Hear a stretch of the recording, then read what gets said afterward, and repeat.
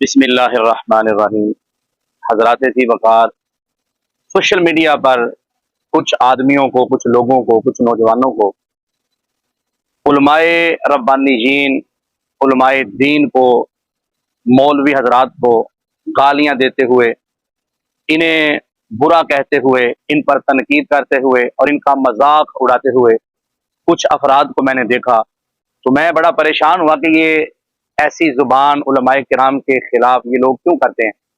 तो बड़ी रिसर्च करने के बाद, बड़ी तहकीक करने के बाद और जिस नतीजे पर मैं पहुंचा, तो मुझे पता चला कि ये लोग उलमा को गालियां क्यों देते हैं, उलमाए किराम को बुरा क्यों कहते हैं, इनका मजाक क्यों उड़ाते हैं। तो जब मैंने तहकीक की, रिसर्च की, तो पता चला कि ये वो लोग हैं उलमा को गालियां देने वाले कि जो निकाह के बगैर पैदा हुए हैं। पहली बात, यानी ये जिना की पैदावार है। दूसरी, इनके अंदर जो गंदगी है ये है, अगर जिना की पैदावार नहीं तो फिर दूसरा सबब ये है उलमा को गालियां देने का कि ये हैज के दिनों में पैदा होने वाले बच्चे हैं, यानी हैज के दिनों में इनका जो नुतफा था वो करार पकड़ गया।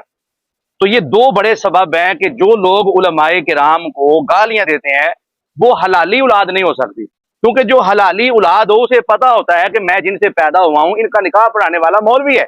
तो लिहाजा हलाली बच्चे उलमा का अदब करते हैं, वो जानते हैं कि हमारे वालिदैन का निकाह पढ़ाने वाले हैं कारी साहब। ये उलमा वो हैं कि जिन्होंने हलाल तरीके से हमारे वालिदैन का बंधन किया था। हलाली बच्चे जानते हैं कि ये वही कारी साहब है, ये मौलवी वो हजरात है कि जिन्होंने मेरे कानों में अज़ान पड़ी थी। ये वही मौलवी हैं कि जिसने वालिदैन का, बहन भाइयों का, हमारे प्यारों का जनाजा पढ़ा था और हर मुश्किल मसले में हमारी दीनी रहनुमाई की थी। तो लिहाजा कोई भी हलाली बच्चा जो है वो उलमाए किराम के खिलाफ बात करना तो बड़ी दूर की बात है। हलाली बच्चा तो सोच भी नहीं सकता कि मैं किसी आलिम की तौहीन करूं, किसी मौलवी की बेइज्जती करूं। तो जब भी उलमा के खिलाफ कोई बोलेगा, तनकीद करेगा, उलमाए दीन का मजाक उड़ाएगा, उसकी सबसे बड़ी वजह ये होगी कि ये हरामजादा है। कोई हलाली बच्चा, हलाली आदमी उलमाए किराम के खिलाफ एक लफ्ज भी नहीं बोल सकता।